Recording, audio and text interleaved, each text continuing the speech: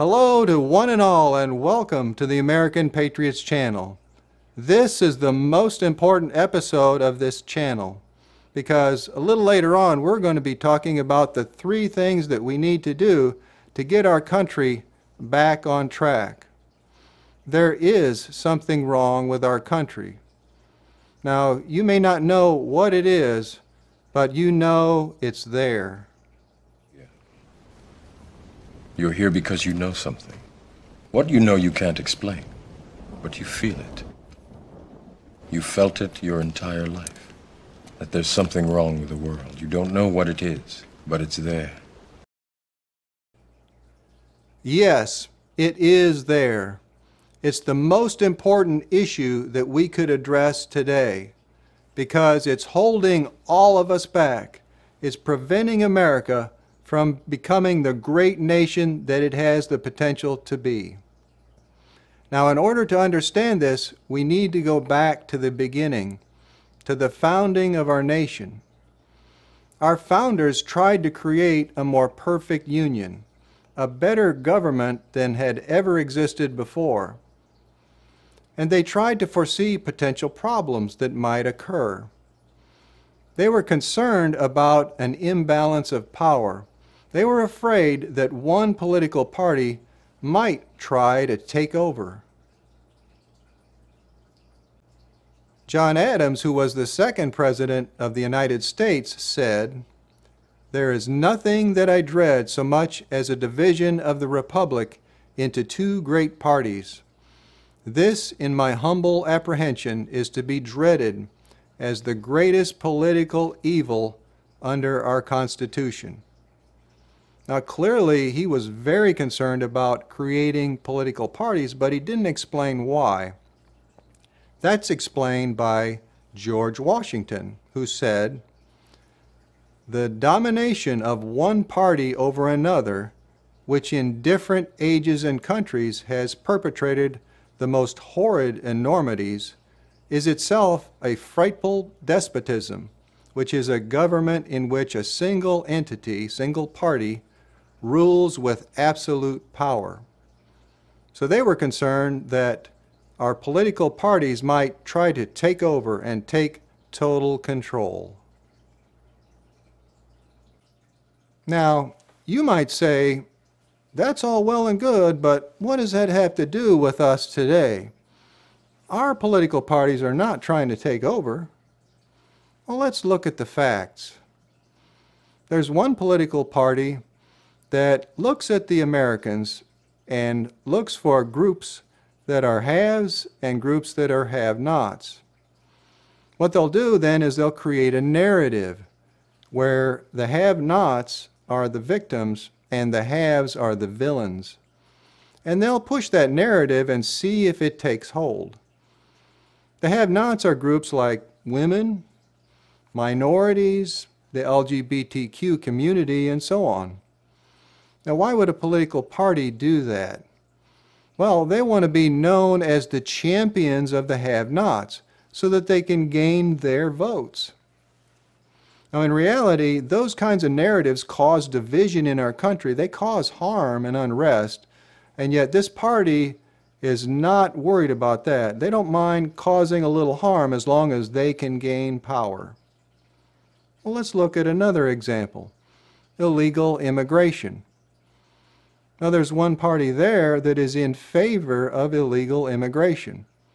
You don't want to listen to what they say. They'll tell you they're not, but if you watch their actions, it's clear that they are. Illegal immigration harms the integrity of our country. It needs to be controlled. And yet, there's a political party that doesn't mind that. Now, why would they do that? Well, they believe that many of those illegal immigrants would eventually become citizens and become able to vote, and they would most likely vote for that party and give them more power. And then there's the welfare system. There is one political party that's all too eager to give out more to those in poverty, and that's a good thing, don't get me wrong, but the problem is you'll never hear them providing incentives for people to escape poverty. Right now, if someone is on welfare and they get a job, they're likely to lose their welfare benefits. So an incentive would be helpful to get them to get a job, to further their education and better themselves, to get married and stay married and so forth. And yet there are no such incentives. And this party is very happy with that. So in effect, they're holding the poor down and keeping them from escaping poverty. Obviously not a good thing. So why would they do that? They would do that because, in effect, they have a captive audience of voters, voters who are most likely to vote for them. And they don't want them to escape poverty because then maybe they would vote for somebody else. Another example, voter ID requirements. This party wants to relax voter ID requirements to make it more difficult to be sure that a person who says they're voting is that person. That would open the door to fraudulent voting. Why would they do that? That could bring into question our entire voting system and its integrity. Well, they want to do that because it makes it easier to cheat. And, of course, that gives them more power. And then finally, this same party has pushed for stacking the court. Now, what do I mean by stacking the court? What they want to do is add justices to the Supreme Court, justices that would be in favor of them. That is dangerous because our founders clearly saw a need for separation of powers, so they created the three separate branches of government: the executive, legislative, and judicial. So this party wants to meddle with the judicial branch and create a tool that will serve them. That is unconstitutional. So now you can see that our founders had just cause in being concerned about political parties trying to take over, because it's happening right now. Now, our founders were concerned about more than that. They were also concerned about human nature. They know that human nature includes selfishness and greed. And they were concerned that that would lead to corruption, corruption that would affect the integrity of our government system. So let's see what they said about that.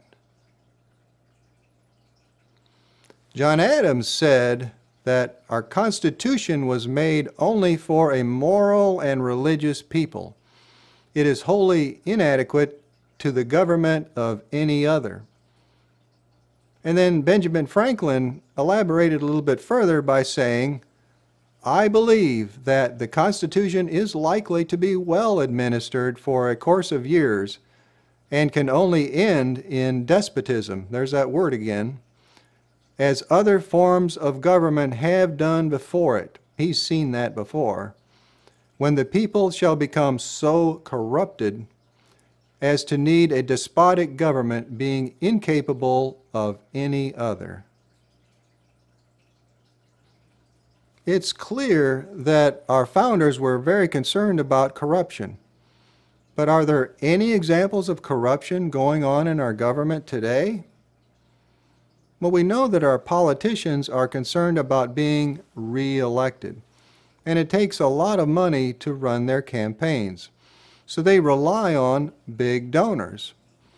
Now, big donors will hire lobbyists, and these lobbyists will contact our legislators and tell them whether they are in favor or not of a new law. Try to convince them to vote their way. Now, if that legislator votes the way that the big donor wants, then the donations keep right on rolling in. But if they vote in opposition to what they want, then those donations are in jeopardy. So in effect, donations and lobbyists are a form of legalized bribery. That's right, this is bribery, money for votes, but it's perfectly legal. Now, a few minutes ago, I singled out one party and some of the flaws that they have. So this is an equal opportunity channel, so now I'm going to look at some of the flaws of the other party. To start with, let's look at taxes. Now, this party is in favor of cutting taxes, and really everybody is. That's a good thing. The problem is when they cut taxes, they always favor the wealthy and the big corporations. The big donors, okay. About 4 years ago, there was a nationwide tax cut. Now, this tax cut for a low-income family would be enough to allow them to purchase a muffler for their car. But then that same tax cut was enough to allow a high-income family to purchase a luxury car, brand new. So is that really fair? A muffler for the low-income family and a luxury car for the high-income family? I bet you probably say not, but at the same time, that's how it works. The big donors get what they want. And this party doesn't want you to know that they favored the rich and the big corporations in their tax cut. Another example is gun violence. There's way too much gun violence in our country, and we're looking for common sense restrictions on gun ownership. Not restrictions that will keep law-abiding citizens from purchasing guns, but keeping guns out of the wrong hands. Well, this particular party seems to be against just about any restrictions on gun ownership. So really, there's nothing getting done. If you look at the trend of gun violence, it's continuing to increase. So why would this party be against almost any form of restrictions on gun ownership? Well, it's because there is a strong lobbying group for firearms. Yeah, here we go again. Big donors, big lobbyists, they're pushing those legislators in that party to not vote for any additional gun restrictions. So now you can see that there's some corruption going on right now. Now it's legal, but corruption in our government. If I were to ask you who the government should serve, I bet you would say the people. And you would be exactly right. But therein lies the problem, because our politicians have to serve far more than the people. That is the reason why our government performs so poorly in terms of serving the people. Its attentions are divided, and in fact, our politicians have to serve 3 other entities than just the people. They need to serve, for one, their party. If they don't, their party could punish them and their campaign contributions could dry up. Not only that, they have to serve their big donors, and we've seen how that works. And in addition, they have to serve themselves. Believe it or not, it takes a lot of their time and effort to work towards being re-elected. And so that time and effort is taken away from serving the people. And then last but not least, they serve the people. Now, I put us at the bottom of the list because sometimes it feels that way, as though we're last. We're the low man on the totem pole. So how can we fix this problem? What are the 3 things that we need to do to get our government back on track? Well, we need to eliminate those 3 distractions so that the government is only focused on serving the people. So first of all, political parties. We need to require that all politicians are nonpartisan, which means they are not aligned with a political party. Now, first of all, you might say, well, wait a minute, does that even work? Well, it turns out that there are many countries in the world that do just that. They require their politicians to be not associated with a political party, nonpartisan. And even in America, the Nebraska legislature does that as well. Their members are all nonpartisan. So it works. Not only that, but if we eliminate the political parties, that also eliminates the risk that our founders pointed out, that the parties may try to take total control And we've seen evidence that they're trying to do that even now. Secondly, how do we eliminate the influence of the big donors? Well, very simply, we could require all campaign contributions to come from public funds. There would be no private contributions, not from individuals and not from corporations. Our government sets aside a right of ours that we are to be receiving equal treatment under the law. But then, unfortunately, as we've seen, the person or corporation with deep pockets gets favoritism. So this would set that right, that each person would get equal consideration from our politicians and our government. And then finally, how do we eliminate the distraction of being reelected and reelected? Well, what we can do there is establish term limits for all political positions across the country. 2 term limits. It works just fine for the president, so it would work just fine for everyone else. If we do that, then our government would have no other entity to focus on except the people. It would serve us better than it has ever done before. It would become the best America that it has ever been, and clearly by far the best country in the entire world. America, we have just seen what we need to do to restore our country. What we need now is a true leader, a visionary that can guide us in the transformation of our government into a true servant of the people.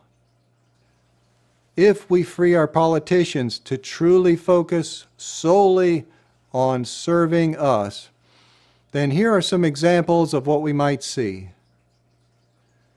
We would see an education system that is world-class, and one where education is provided free of charge to all of us, up through not just high school, but 4 years of college or 4 years of trade school. No more student loans. We would also see a healthcare system that provides high-quality health care to all and is affordable to every American. Right now, about 1/4 of all Americans cannot afford their own health care. They're either uninsured or underinsured. And then we would see a government that provides for retirement at age 60, providing Social Security and Medicare to start at those ages. And these are just some examples of the many things our government could do for the people. If we do this, we would make America greater than it has ever been before. We would be a shining star to the rest of the world, and we would be an America that our founders had hoped for and dreamed of. Well, that's all I have for today. Next time, I'm going to talk about a very interesting topic that's really kind of sad. In a country as wealthy as our country, we have many among us that are homeless. I just saw a video yesterday of a homeless man, and it really saddened me to see it. So I want to talk about not only what is going on there, but what we can do to help the homeless, to give them a better life. They are certainly struggling with their conditions right now. Well, thanks for tuning in on this most important topic of how to take the 3 steps that we need to take to transform our government into a true servant of the people. I look forward to seeing you next time right here on the American Patriots channel. God bless, and I'll see you then. Oh, say, can you see by the dawn's early light what so proudly we hailed at the twilight's last gleaming, whose broad stripes and bright stars through the perilous fight o'er the ramparts we watched were so gallantly streaming, and the rockets break clear,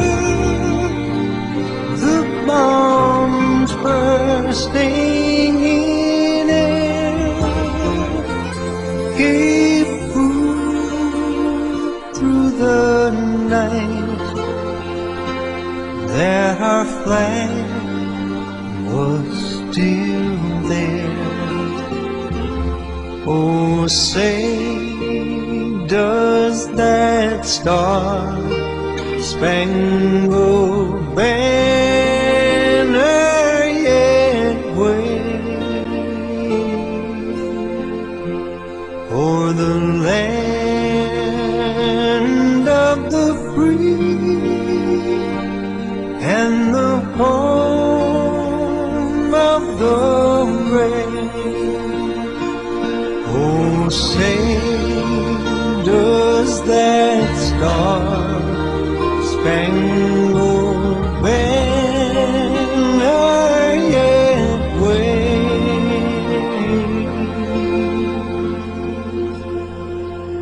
o'er the land of the free and the home